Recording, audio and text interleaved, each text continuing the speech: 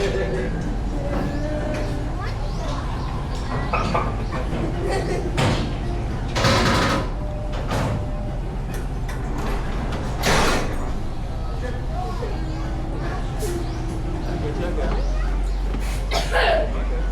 morning, everyone. Welcome.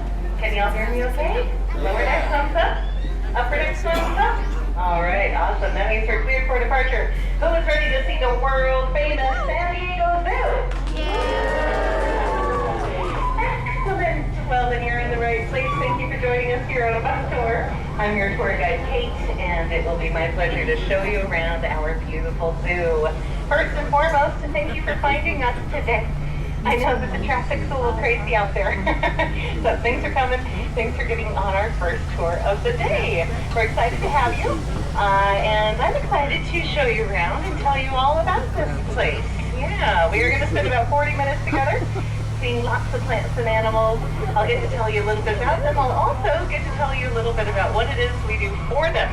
We are, of course, at the San Diego Zoo Wildlife Alliance, and this is a conservation organization that does work here and globally to create a world where all life thrives. That's our mission, and it's a big one.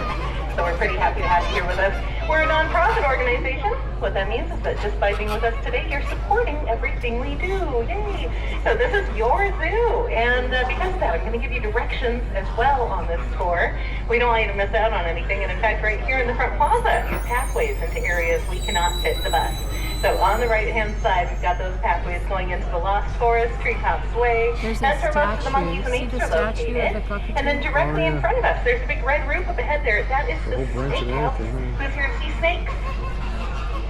Oh, one of you. Did you see the little bird statue? All right, well, don't tell them. I think you saw They it. mean no harm. Oh, we also have Komodo dragons, Galapagos tortoises. Some of those are over 100 years old. So Okay, make sure to go gotcha. visit the reptiles. Just beyond that area, you've also got our Wildlife Explorers Base Camp.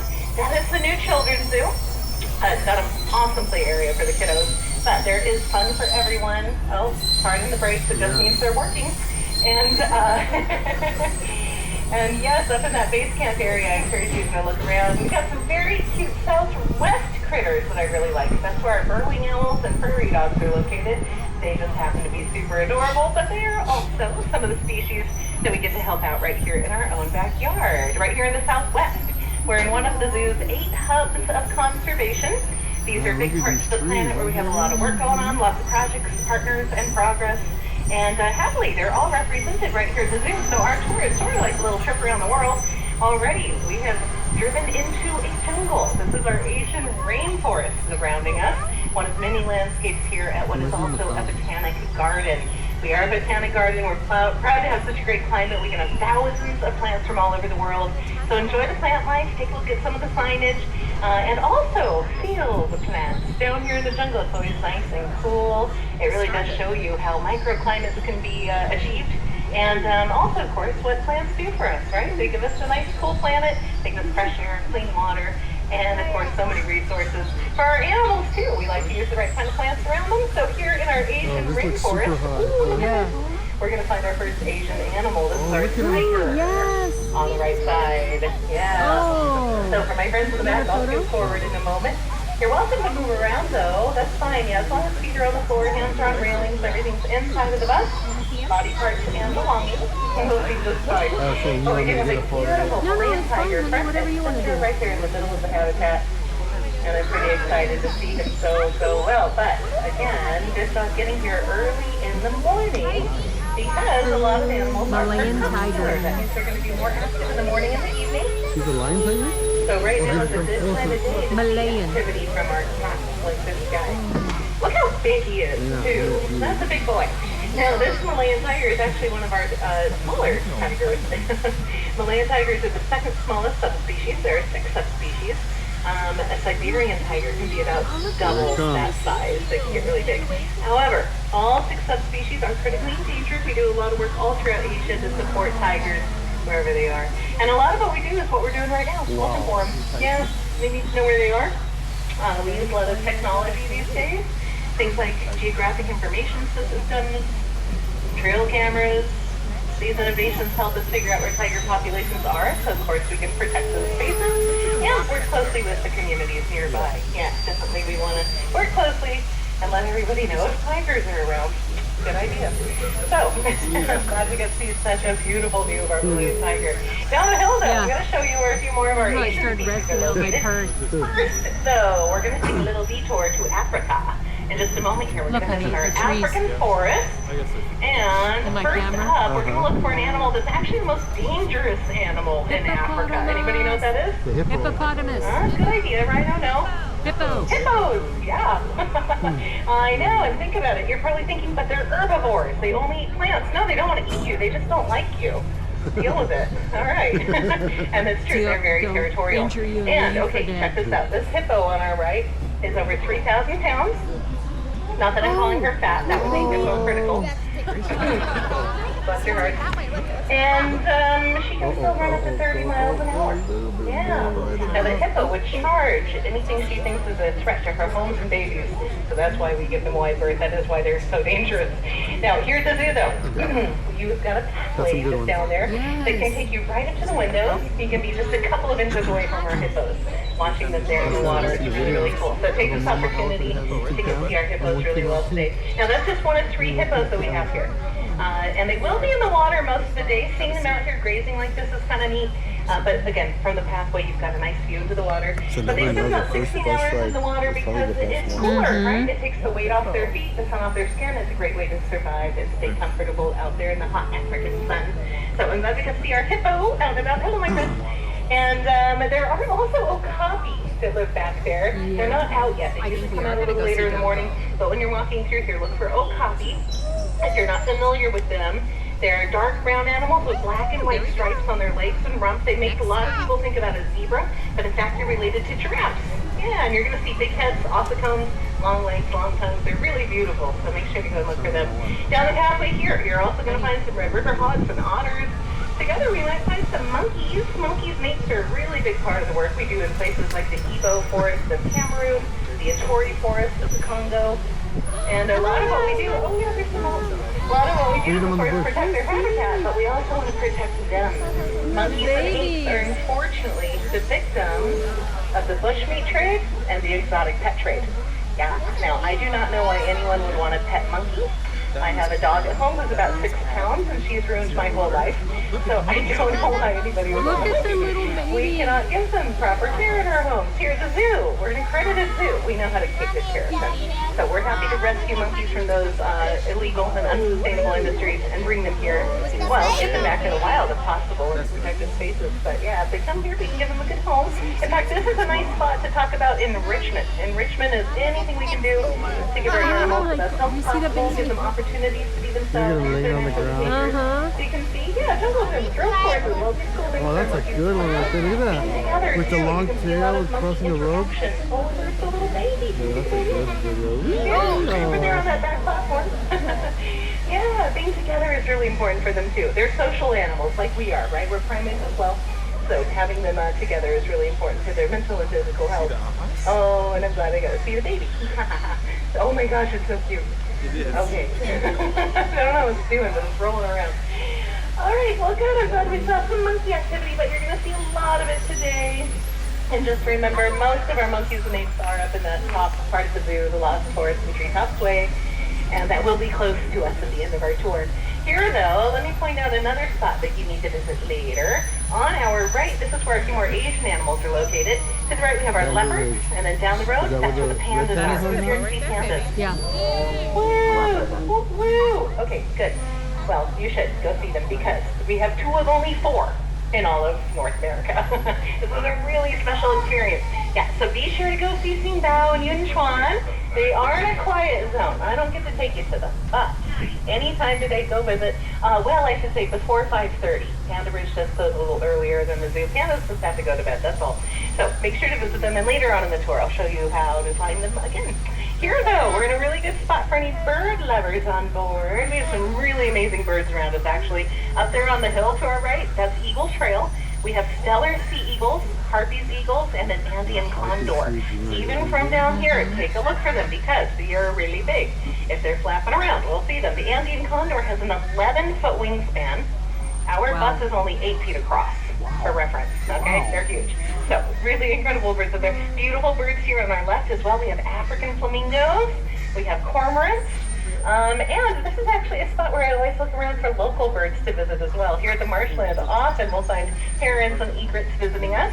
Here on the hillside to our right, we're passing a lot of native plants, and that means they give the right refuge and resources to pollinators in our area. So lots of birds visit us, but also, bees, moths, butterflies, even bats. But yeah, planting native plants for your region really is a good idea to help support pollinators. After all, they support us. They're still the backbone of our agricultural industry. So if you like to eat, it does pay to give them a little boost as well.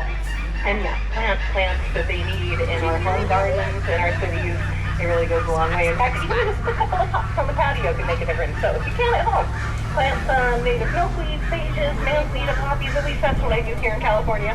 Wherever you're from, just look it up and you'll find some great plants to include in your yard. Now, over here on the right, we're going to pass some more of our beautiful garden space.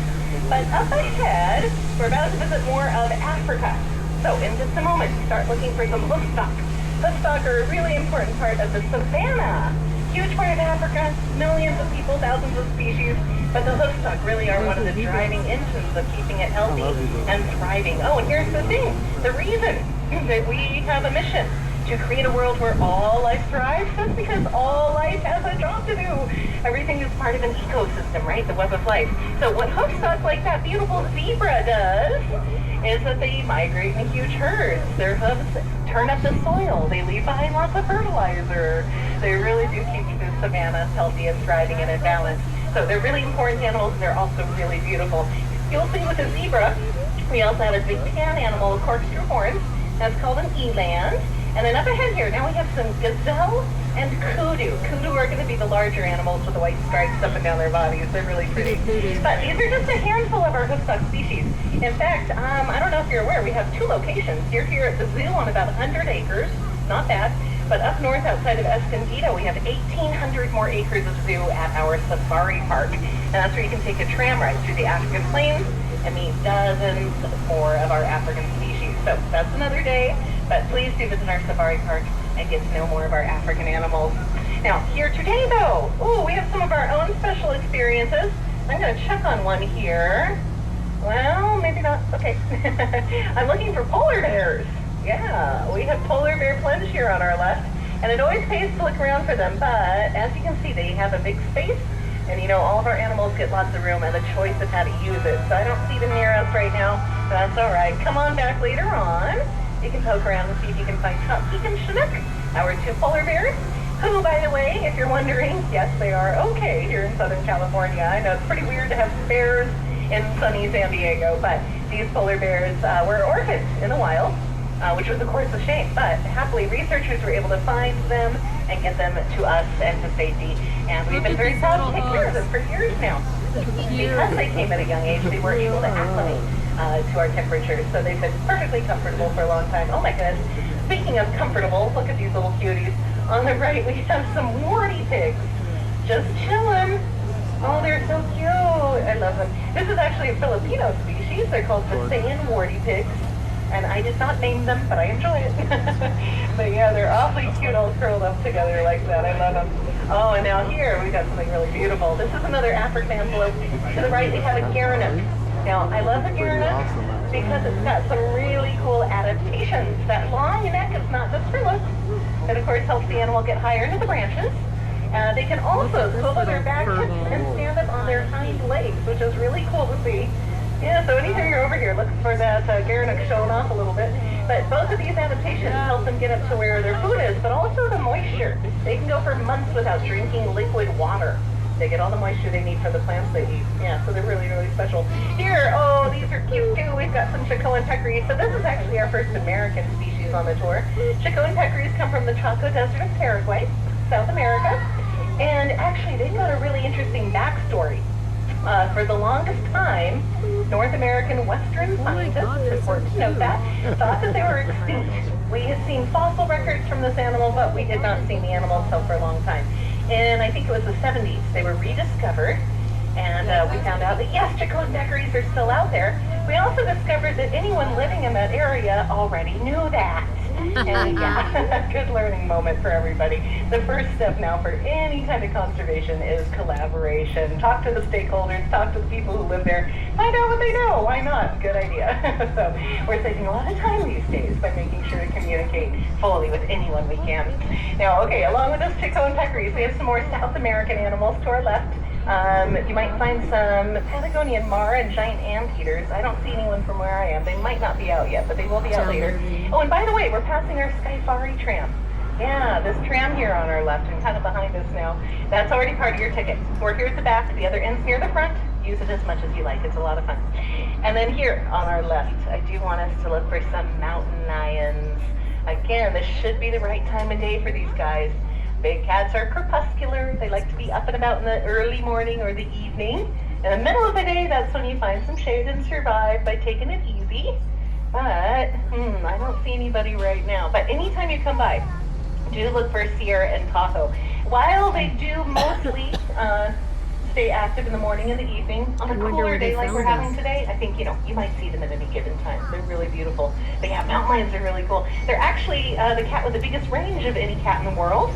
They're all throughout North, Central, and South America. Definitely an animal that we live around, right? Well, that's because they've had a big range and we keep moving into it. So we've got to share space with that beautiful animal. And apex predators, they're very important to our environment. Oh, I think I see a maned wolf here on the right. This is kind of like a wild dog from South America. That looks awesome. Oh, and do you smell a skunk? Yeah. A little bit? Yeah, that's their scent. Wow. They're really beautiful, but stinky, just like me. That's part of why I like them so much. Oh my gosh. So we've got at least one adult here. And then there are babies that live here. Wow. Yeah, there we go. Yeah, back in the back wall, right behind the bamboo, you can see some fluffy ears sticking up. They're so cool. Yeah, so these are the first maned wolves born here in over 70 years. We're really excited. And aren't they beautiful, though? I just love this animal. So they are kind of a wild dog, more or less, from South America. And similarly with mountain lions, this is an animal that you got to look out for in South America. Yeah, folks down there, watch the roads for mountain lions and maned wolves. And oh my gosh, sorry? I haven't seen the babies in over a week. Oh, we just saw one by back wall, right behind the bamboo. Oh, is that mom? Okay. Anywho, sorry, having a little conversation here on the road. All right, so up ahead though, let's go see if we can find some more American species in Elephant Odyssey. I know that's weird. I know elephants are not American, don't worry. But elephants will be up ahead to represent an ancient American animal. Elephant Odyssey is an odyssey through time. We're going to go back in time about 12,000 years to the end of the last ice age. Do you guys like natural history? Yes, oh good. I do too. It's fun. And it's full of surprises. The first animal I want to show you over here is on the left. I see some of them here at the end of the habitat, kind of curled up by the netting over there. That's a rock hyrax. Oh yeah. Okay, so if you've got eyes on them, you can see they're just kind of little small, fluffy characters, like a furry burrito. And they're really cute, but they have a very weird secret relative in the animal world. Who do you think they're related to? Elephant. Anybody? Badger, beaver, rat, something like that, right? Gotta be. No, elephants! I know. So, rock hyrax have been called by people in South Africa the elephant's little brother for a long, long time. Just by looking at the skeletal structure, people saw that they had the same foot structure. They have little tusks. That's everything has little tusks. I know. 60 million years ago, elephants, manatees, and hyrax all had a common ancestor. So that's why I like natural history. It's just amazing to figure out where we all came from. Now, on the right here, oh, this is good. We've got our lions out. These are African lions. They're here, though, to represent ancient American lions that used to live here long ago. And we're even bigger. Yeah, so again, we know about these creatures from fossil records. And as you walk through, take a look at the signs and you'll understand who's here to represent the past and who our modern day American animals are as well. But lovely to see Miss Ellen and Ernest. They're brother and sister, by the way. And lions are the weirdos in the cat family. They're the only ones that consistently live in a family group. Most cats are really solitary, but lions need one another. And of course they work together. Although, I gotta say the females do most of the work for the pride. That's true. Yeah, we often call the male lion the king of the jungle. That's not quite correct. They don't come from the jungle, they're from the savannah. Yeah, And yeah. as far as the credit goes, it should go to the female who does most of the hunting, the child rearing, etc. Of course, Ernest, his job is to be handsome and intimidating, and he does a great job. So everybody has their role, but certainly I love our queen of the savannah, Miss Ellen. Now up ahead, let's see if we can find another cat. This time though, we are looking for a modern day American cat, the jaguar. Jaguars come from Central and South America, although they used to live right here. Did you know, as late as the 1860s, jaguars were found around the Palm Desert area? Yeah. Now, of course, over time, our human populations drove them out, and that's a shame, but happily we're seeing jaguars Yeah. returning to Arizona. Beautiful. There are jaguars in Arizona. I think that's so amazing. But still, they are definitely an animal that we want to think about when we're working in the Amazonian rainforest, because they are solitary. They can be very big. Our girl here in Indiri just happens to be kind of petite at about 80 pounds, but a big male is going to be over 200 pounds, and so they need a lot of their own space to thrive in. So we think about them when we're stopping deforestation, when we're protecting forests, when we're changing how we conduct our industries, because things like logging, mining, agriculture, those have all caused a lot of deforestation over the years, but we cannot afford to lose the Amazon or the animals in it. They all need to be Cute working little back together, of course, feet. as a web of life. And they support us. Forests are the lungs of the little planet. baby feet. So for our future Yeah. generations, for Little these beautiful rectangle. animals, we do a lot of work And there her little tail. in the Oh, no, I Amazon see for that. sustainability. Yeah, and in fact, we have some simple solutions. Do I have any coffee drinkers on board? Oh, everybody. Excellent. I myself am well caffeinated. I don't know if you can tell. But here's the zoo. We try to use shade-grown coffee. I do it at home as well. Shade-grown coffee is just coffee grown in the shade of the natural forest. Simple as that. Good idea, right? So it works great. We still have good coffee, but we're making sure to leave things intact for animals like the jaguar. Animals like tapirs and capybaras, too. They're going to be here directly off the pathway to our right. And, you know, capybaras are the world's largest Yeah. rodent. They live with the tapirs. I see one in the back left corner of the habitat. It's a big black animal. And you will notice it's got a funny yeah. face. They have prehensile snouts. He's they're behind so the cute. tree now. And they use those snouts as a snorkel. Yeah, both animals like this one. Capybaras have webbed feet. And then tapirs Well, here there's have this one. lovely snorkel nose. There's Yeah, one. very cute. I yield water in the But not quite as impressive as our elephant schnoz. Yeah, here we go. There's the big trunk. Now, this is one of our 4 African elephants. They're here to represent Columbian mammoth from the past. And this is the only one I see so far, but you gotta look around. We got a lot of space for these guys. In fact, our elephants enjoy a 2-acre habitat. And as you can see, it is filled with all kinds of amazing structures. Everything here has been carefully designed to provide them good enrichment, different ways to use their minds and bodies as much here as they would in the wild. So as you wander through, it's really fun to see all 4 elephants. And there are little pictures along the pathway if you want to get to know them. It's very easy to tell them apart. But yeah, you're going to notice they've got their own personalities, their own preferences. And they all have, of course, a lot of variety to choose from. Elephants forage about 60% of the day. That just means looking around for something to eat, just like us on a weekend, right? And we've got to give them a lot of different kinds of food in a lot of kinds of ways. So food up high, food down low, easy to get to, hard to get to. And yeah, it really is interesting to come through and see what everybody's choosing to engage with. But let's go look for our other elephants, and also let's check out our elephant care center. Coming up on the right, this is where our elephants get daily checkups. Just in case that's going on, I'm going to go by quietly, but then take a look to the right, and in a moment I'll tell you a little bit more about the place. You like it, bud? Happy? Those leaves come out after it rains. Otherwise, they it's do? just a brown, dry They look like, stick. they look like pigs. Yeah. Guitar pigs. Watch out.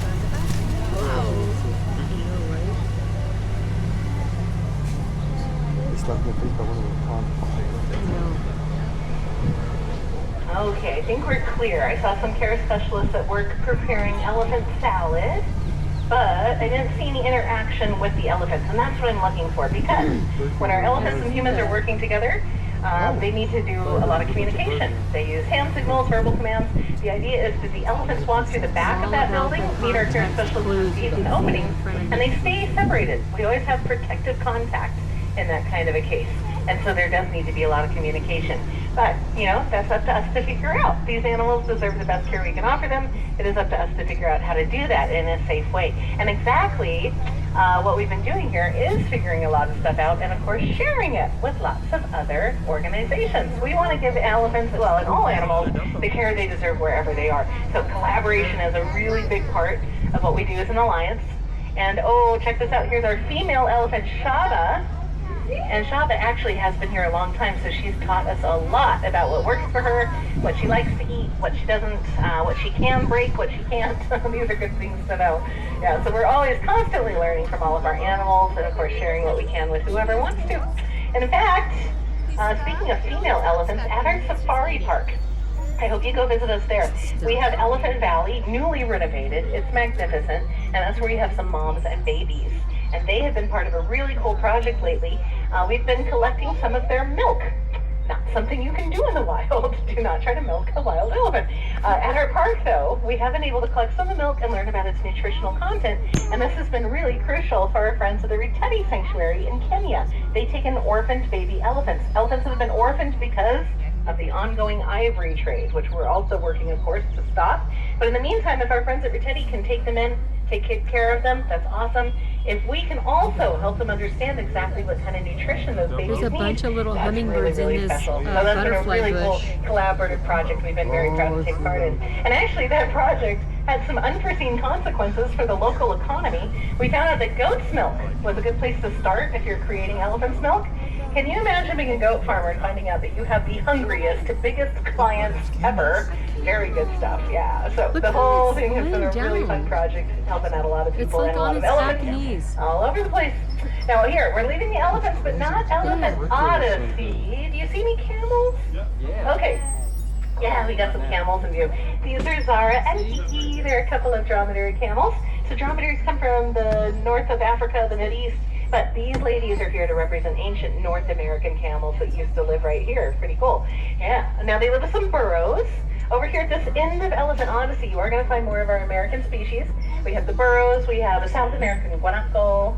We have a California condor that I think we're going to see just up ahead here. Great baby. And actually, the condor is our flagship species for the work we do in the Southwest. Look at that, the wingspan. Yeah, okay, this is the biggest bird in North America with a 9-foot wingspan. Look at that. So cool, right? Yeah, what a beautiful bird. Oh, man. I love seeing their wings Oh, out like that's that. alive. I thought it was a statue. You know, this bird was called the Thunderbird by indigenous communities here in the Americas. That's a great picture. And rightfully so, right? That is a For pretty your impressive website. animal. But they're also revered for what they do for our ecosystem. Now, what do condors and vultures eat? Carcasses. Gross stuff, right? Dead stuff, rotting stuff, carry-on, whatever you want to call it. But when they eat it up, they stop the spread of disease. They clean up the environment for us. So Like, these you are got it, really bro? important animals. Got my picture, Now, bro? knowing that about condors and vultures made it really important for us to help save That's why this they have no bird. feathers on their head. California condors have been one of our flagship species around here for over 40 years. Back in the 1980s, And then they don't pull the bacteria out on researchers their could find feathers. only 22 California condors, 22 individuals. Now, that's called the brink of extinction, and we find it unacceptable. There's another one So we got to Yeah, work. I saw that. We, of course, had lots of Remember when partners. we saw one in the wild? U.S. Fish and Wildlife, national parks, U.S. and Mexican I don't know what governments. those We all are, work but they're together little. to stop pollution, poaching, baby habitat loss, ones? and We'll have we to started find a out. breeding program at our safari park. All of it went quite well. Yeah, nowadays we have over 600 birds in the whole population, and about half have been reintroduced up and down the west coast of North America. I actually got to see condors big flying one, near huh, the Grand baby? Canyon. And you seem like nice people, so I'll admit to you, I cried just a tiny bit. I was really excited because I knew how close they'd come to be gone forever. Seeing those birds out there was proof that when we work together, we can change things. We can bring animals back from the brink of extinction. And of course, now that they're back out there, they're doing their job. They're keeping us healthier. They're keeping our environments healthier. So yeah, that's a really, really great project that is ongoing. In fact, that's the kind of thing that you're supporting by being here today. So thank you, everybody, very much. And I really hope you get to see them flying today. Of course, I really hope you get to see some in the wild as well. When you do, Again, feel proud and excited. You have been helping with that project, and of course, others like it all over the world. Yay. Look how So tall it cool. is. Glad we got to see that wingspan. I'm glad we got to see so much there in Elephant Odyssey. But of course, there is more from the pathway, so do walk through later on. Get to know all the elephants better. But right now, we're going to head on to more of Africa. Oh, starting with our meerkat village, and look at these adorable little guys. All right, over here, just off the front of the bus, we've got a little guy standing up so tall. Look at his tiny little legs. Aww. They're just little. They're so cute. And then there's one just coming